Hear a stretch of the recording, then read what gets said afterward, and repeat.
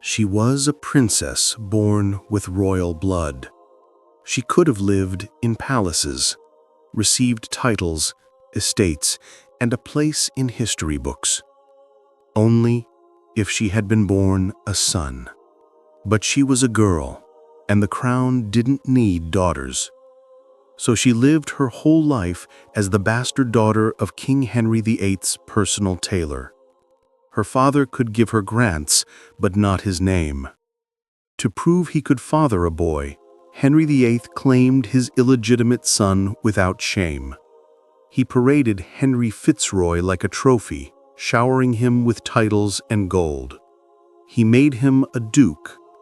But an illegitimate daughter? She was a liability, a potential threat, a secret that had to stay buried. So Ethelreda lived in the shadows, close enough to the throne to touch it, but never allowed to claim it. And when the Tudors were done with her story, they tried to erase it. But you can't hide the truth. When Ethelreda's father, John Malte, died in 1546, his will revealed something that changed history forever. Today, we're uncovering a story deliberately hidden from history. The daughter Henry VIII never acknowledged, the evidence the crown couldn't destroy, and the truth that survived 5 centuries of silence. If this tragedy already pulls you in, give this video a like. It helps his story reach more eyes. Let's go back to where this story truly begins. Between 1527 and 1533, Henry VIII was pursuing an annulment from Catherine of Aragon. He wanted to marry Anne Boleyn, desperately, obsessively. But Anne refused to sleep with him before marriage. And Henry, for political reasons, had stopped sharing Catherine's bed. 7 years. That's how long Henry supposedly remained celibate while he waited for Rome to dissolve his first marriage. 7 years. Do you believe that? Historian Amy Licence doesn't. She writes that if we reject the idea that Henry stayed chaste for nearly a decade, then he had to be sleeping with someone. And given his romantic fixation on Anne Boleyn, a fixation so intense it tore England from the Catholic Church, he wouldn't risk jeopardizing that relationship with a high-born mistress. He would do what many noblemen did: seek brief, physical encounters with women from the lower classes. Women who wouldn't expect marriage or titles. Women who understood their place. Women like Joan Dingley. Joan Dingley worked in the royal household as a laundress. Now, that might sound like a lowly position, and in many ways it was. Laundresses scrubbed stains from linen, boiled water until their hands cracked, and spent hours wringing out heavy fabric. But here's what people forget about laundresses. They saw everything. They washed the king's shirts. They cleaned the sheets from his bed. They knew which rooms he used, which hours he preferred privacy, and when the guards stepped away. They had access. In 1526, the Eltham Ordinances listed Anne Harris as the chief napery laundress. She would have had assistants. Joan Dingley could have been one of them, or she might have worked directly in the king's privy chambers, handling his personal garments. Amy Licence makes an important point. If Henry wanted to seduce a laundress, it wouldn't be just any laundress. It would be the one who washed his underclothing, the one who entered his private rooms, the one who knew the intimate details of his body. Joan Dingley fit that description. Sometime during those years, Joan became pregnant. The palace needed a solution. Fast. Enter John Malte. He'd served the king since 1527. Loyal, discreet, useful. The deal was simple. Claim the child, raise her as your bastard, stay silent. And in return, land, wealth, a future for your family. Malte agreed. Maybe he had no choice. Maybe he saw an opportunity. Maybe both. Either way, when the child was born, she carried his name, but she lived like someone else's daughter. Her name was Ethelreda Malte. They called her Audrey, sometimes even Esther or Easter. 3 names for one girl, as if no one could quite decide who she was supposed to be. Ethelreda. That was her formal name, the name of a saint. The same name was given to an Anglo-Saxon princess who lived in the 600s, daughter of King Anna of East Anglia, who became a nun and founded an abbey. Her feast day fell on June 23rd, and some believe that may hint at when Ethelreda Malte was born, though no records confirm it. The massive grants King Henry VIII showered on her father, John Malte, have historians guessing she was born sometime between 1527 and 1535. Yet the exact year remains lost to time. Bastards didn't get birth announcements. They got silence. Royal records list her as the illegitimate daughter of John Malte and Joan Dingley, also known as Dobson. Malte worked as a tailor in the king's great wardrobe. He stitched doublets and mended cloaks. Dingley, as I said before, was a laundress. They were servants, common people. Yet their daughter would grow up wearing silk, velvet, fabric that whispered when she moved. She received an education, reading, writing, manners. The kind of tutoring reserved for gentry, not for the illegitimate offspring of a tailor. Privilege without acknowledgement. Wealth without legitimacy. Always on the edge of something you could never quite grasp. Just for being illegitimate. But here's the thing. Henry VIII acknowledged his illegitimate son without hesitation. Henry Fitzroy was 6 years old when his father made him Duke of Richmond and Somerset. 6. He got his own household, his own servants, his own estates. He was groomed like a prince, educated like an heir. For a while, people wondered if Henry might name him successor to the throne. Fitzroy mattered because he was male. He proved that Henry could father sons. In a world obsessed with lineage and succession, that proof was everything. Fitzroy's very existence was a political statement. The problem isn't me, the problem is my wife, Catherine of Aragon. But daughters? Illegitimate daughters were liabilities. They couldn't inherit the throne, not without sparking civil war. But they could be married off to foreign princes or ambitious nobles. They could be used as pawns in alliances that kings couldn't control. They could become centers of rival claims. Ethelreda was too dangerous to acknowledge and too valuable to abandon. So Henry did what kings do when faced with inconvenient truths. He rewrote the story. He made John Malte wealthy enough to play the father. He made sure Ethelreda lived well, just not openly. She existed in a strange liminal space, neither peasant nor princess. A ghost in royal clothing. As Ethelreda grew, something extraordinary began to happen. Something that would expose the truth Henry tried so desperately to hide. In May 1541, John Malte received a grant from King Henry VIII. Not a small gift, not a token of thanks. Lordships, manors, land in Berkshire, the manors of Watchfield and Uffington that once belonged to powerful abbeys. Churches came with it, complete with tithes and the right to appoint priests. This was wealth that changed bloodlines. 3 years later, in July 1544, another grant arrived. This time, Malte and his supposed daughter Ethelreda were named together. Over £1,800 for manors and lands in Somerset. property that had belonged to Glastonbury Abbey before Henry tore it down. Then came September 1546, another grant, more than £1,300, the lordship and manor of Kelston and other properties in Somerset.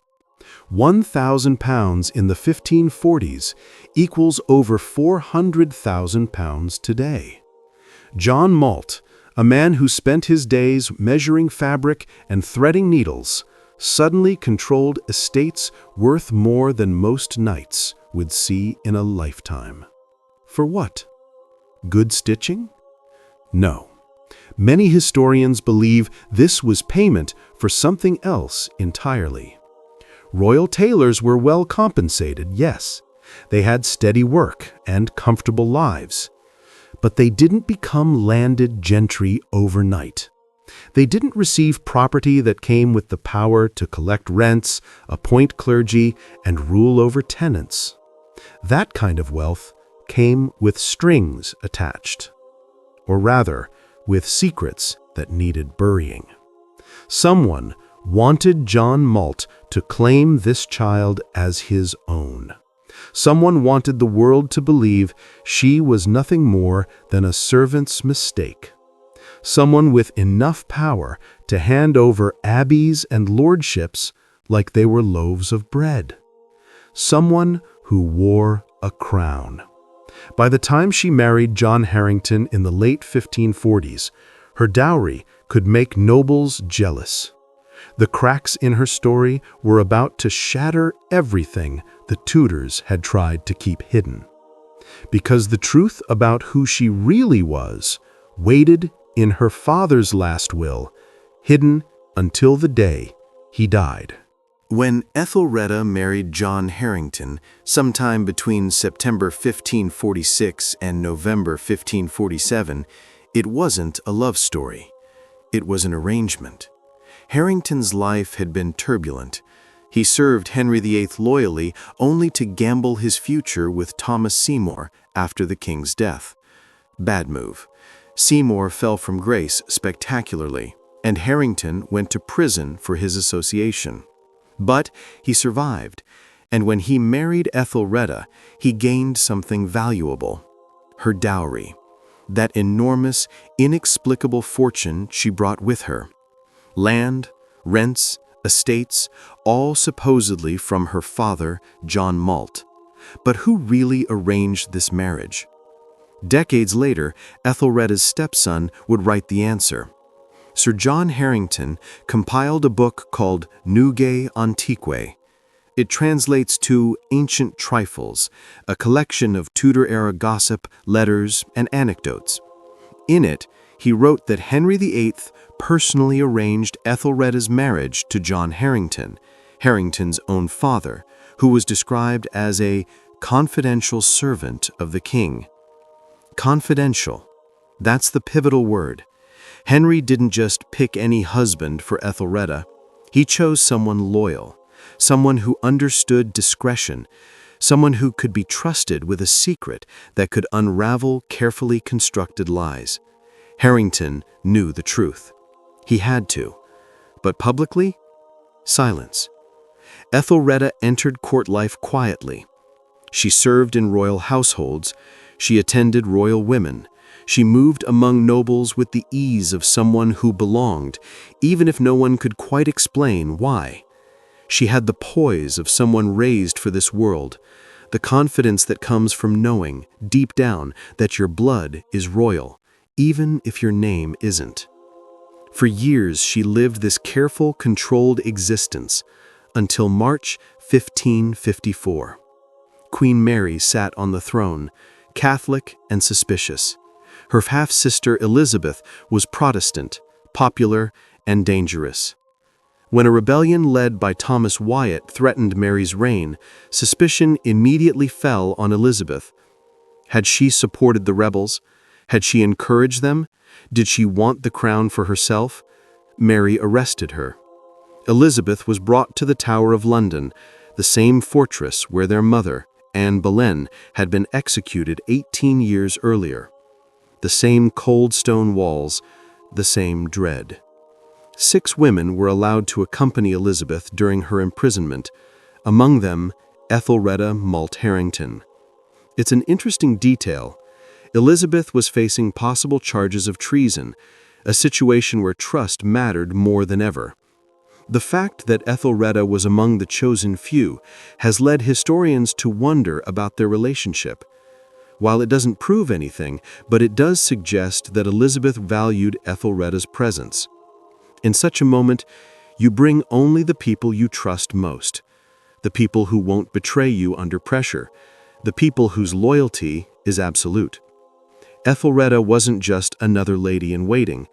There was a bond deeper than service. John Harrington later wrote about their time in the Tower. He described how the women wept together, how they held each other, how they shared their fear and grief. He called it an emotional bond. Ethelreda and Elizabeth clung to each other in that darkness. 2 women trapped in a nightmare, one facing death. The other was unable to save her. Did Elizabeth and Ethelreda ever speak about the rumors surrounding Ethelreda's parentage? No record says so. They may have kept such topics unspoken, or perhaps they discussed them in secret. We don't know. But what we do know is that after 2 months, Elizabeth was released. The evidence against her wasn't strong enough. Mary couldn't justify an execution. When Elizabeth walked free, Ethelreda walked beside her. But the real turning point wouldn't come in the Tower. It would come years later, in a fading man's last testament, a document that refused to let her past stay buried. While Ethelreda lived in the shadows, evidence of her true lineage slowly accumulated. Whispers became words, words became records.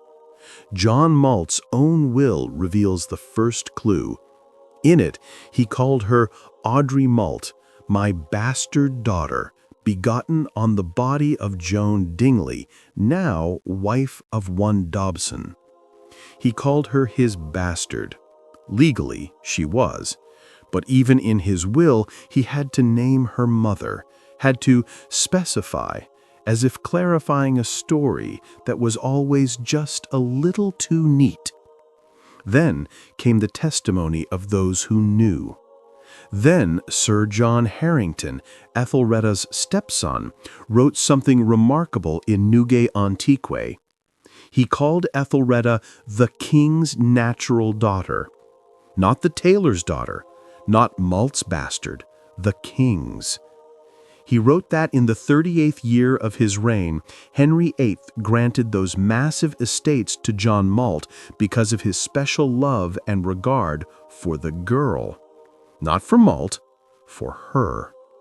In 1656, more than a century later, another piece of evidence surfaced. Jonathan Leslie, a deputy clerk, wrote a letter. In it, he stated the great King Henry VIII matched his darling daughter to John Harrington, and though a bastard, dowered her with the rich lands of Bath Priory. Darling daughter. Those words carry weight, affection, acknowledgement. Leslie claimed he got this information from Sir Andrew Markham, a descendant of Harrington's second wife, family memory. The kind of knowledge passed down quietly, away from official records. We have to be careful here. None of this is absolute proof. Henry VIII never publicly acknowledged Ethelreda as his child. No royal proclamation, no formal recognition. But absence of proof isn't proof of absence. Kings don't arrange marriages for random servants' daughters. They don't pour fortunes into the hands of tailors for good needlework. They use words like special love and regard unless there's something deeper at play. The truth was there all along, buried in grants, hidden in letters, whispered in family stories.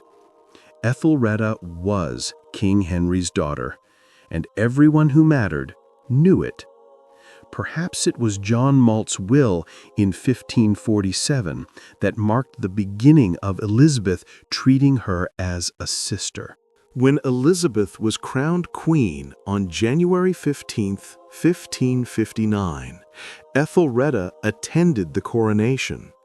She stood among the ladies of honor, watching her half-sister take the throne their father once held.